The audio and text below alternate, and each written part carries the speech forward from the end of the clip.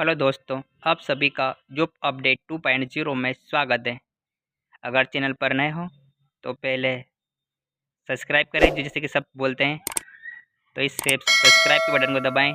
ठीक है, तो वीडियो शुरू करते हैं नए वैकेंसी के साथ में। वैकेंसी मध्य प्रदेश राज्य विधिक सेवा प्राधिकरण जबलपुर मध्य प्रदेश। इसका दिनांक है 27 जनवरी 2024। आगे बात करते हैं मध्य प्रदेश राज्य विधिक सेवा प्राधिकरण तथा जिला विधिक सेवा प्राधिकरणों में भर्ती के 21 पद और तमिलकर्ता के 10 पद, टोटल मिला के 31 पद। अगर वेतन की बात करता हूं तो मैं 15,500 से लेकर 49,000 तक हैं। आवेदन की बात करते हैं तो अंतिम तारीख है 4 मार्च, और अगर गलत फॉर्म भर दिया तो 7 मार्च तक उसको सही करवा सकते हो। परीक्षा शुल्क की बात करूँ तो सभी वर्गों के लिए 100 रुपीज़ है, 100 रुपये मात्र ओनली, प्लस GST। आवेदन कैसे करना है? तो सबसे पहले आपको www.mponline.government.in की वेबसाइट पर जाकर ऑनलाइन कर सकते हो। लेकिन आवेदन भरने से पहले पूरा PDF पढ़ लेना, जो कि मेरे टेलीग्राम पर है। टेलीग्राम की लिंक वीडियो के डिस्क्रिप्शन में है, जाके ज्वाइन कर ले। जैसे कि बात करते हैं, इसमें नोट भी दिया गया, यदि अगर तुमको समस्या आती हो फॉर्म भरने में तो नीचे कस्टमर केयर नंबर और दूरभाष क्रमांक देना, ऑफिस के नंबर भी दिए रखे हैं। अगर मैं पद की बात करता हूं तो भृत्य आदेश तमिलकर्ता के पद है, 7वें वेतन के अनुसार वेतन मिलेगा। और शैक्षणिक योग्यता की बात करूं तो 8वीं कक्षा मान्य होगी। 8वीं के लिए बहुत अच्छी ये जॉब है, हर कोई अप्लाई करेगा बिल्कुल। आवेदन पत्र प्रस्तुत करते समय आवेदक को जो जो योग्यता बताइए PDF में, वो पूरी कंप्लीट होना चाहिए। भृत्य के किस पद? कुल पद 6 है। अनारक्षित के लिए, सामान्य के लिए 3 है और महिलाओं के लिए 2 है, एक सैनिक वर्ग के लिए है। पिछला वर्ग के 6 पद है, 3 सामान्य के लिए है, 2 महिलाओं के लिए और एक सैनिक के लिए, भूतपूर्व सैनिक के लिए। आर्थिक रूप से कमजोर के लिए 2 पद है, वो भी सामान्य के लिए है। टोटल 21 पद है भृत्य के। अगर वीडियो पर नए हो तो सब्सक्राइब करो और बेल आइकन को जरूर दबाएं।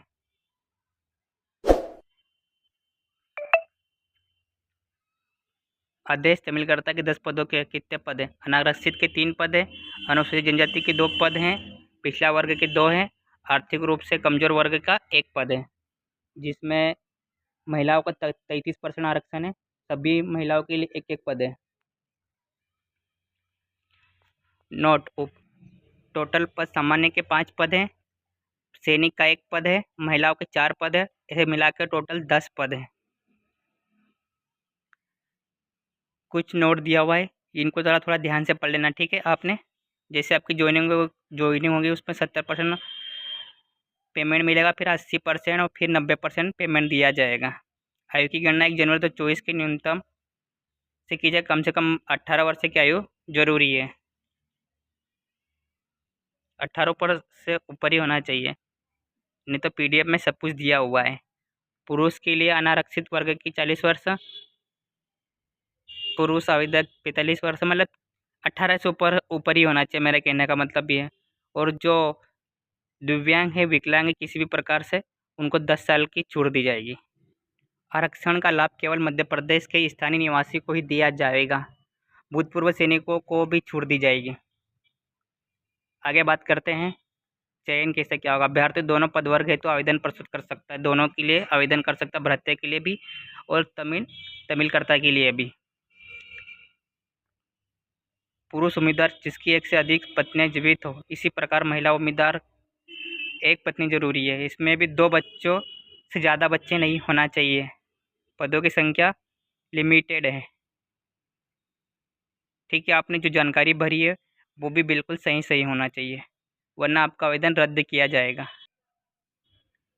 चयन प्रक्रिया को संशोधित एवं निरस्त करने का पूर्ण अधिकार मानवीय कार्यालय अध्यक्ष मध्य प्रदेश राज्य विधिक सेवा प्राधिकरण जबलपुर का होगा। अभ्यर्थी के मूल प्रमाण पत्रों के निरीक्षण एवं सत्यापन की कार्यवाही साक्षात्कार दिनांकों को की जाएगी, वो आपको बता दिया जाएगा आवेदन करने के बाद में। अभ्यर्थी के मूल प्रमाण पत्रों के निरीक्षण एवं सत्यापन की कार्यवाही साक्षात दिनांकों को होगी, उन्हें मूल प्रमाण पत्र के साथ उपस्थित होना। आपको जो आवेदन लगा रहे हैं उसके साथ में उपस्थित होना पड़ेगा। यदि कोई अभ्यर्थी विज्ञापन की शर्तें पूरी न करते हुए आवेदन प्रेषित करता है, अगर जो आवेदन कर रहा है उसके जो उसमें डाल रहा है वो सही से नहीं होने पर उसका आवेदन रद्द किया जाएगा। ऑनलाइन आवेदन पत्रों में की गई त्रुटियों के सुधार हेतु एक निश्चित समय प्रदान किया जाएगा तथा इसी निश्चित समय में समस्त अभ्यर्थियों की त्रुटि सुधार करवाना अवश्य होगा। निर्धारित समय के पश्चात किसी भी तरह का कोई त्रुटि सुधार कार्य नहीं किया जाएगा। दिव्यांग पदों के लिए आवेदन करने की तारीख को दिव्यांग आवेदक की दिव्यांगता 40% से कम होनी चाहिए। स्थायी यदि प्रमाण पत्र होना भी जरूरी है। दिव्यांगों को 40% का आरक्षण दिया जाएगा, चेक भी किया जाएगा। ठीक है, आप तो ध्यान रखना कि सरकार है। ठीक है, आगे बात करते हैं। स्कोर कार्ड साक्षात्कार में सम्मिलित अभ्यर्थी को प्राप्त स्कोर कार्ड एमपी ऑनलाइन की वेबसाइट में अंतिम परिणाम घोषित होने के बाद प्रकाशित कर दिया जाएगा। ठीक है, अभ्यर्थी अपने पत्रक निकाल कर प्रिंट करके ले जा सकते हैं। ठीक है, वो तुमको कैसे मिलेगा? ईमेल आईडी के थ्रू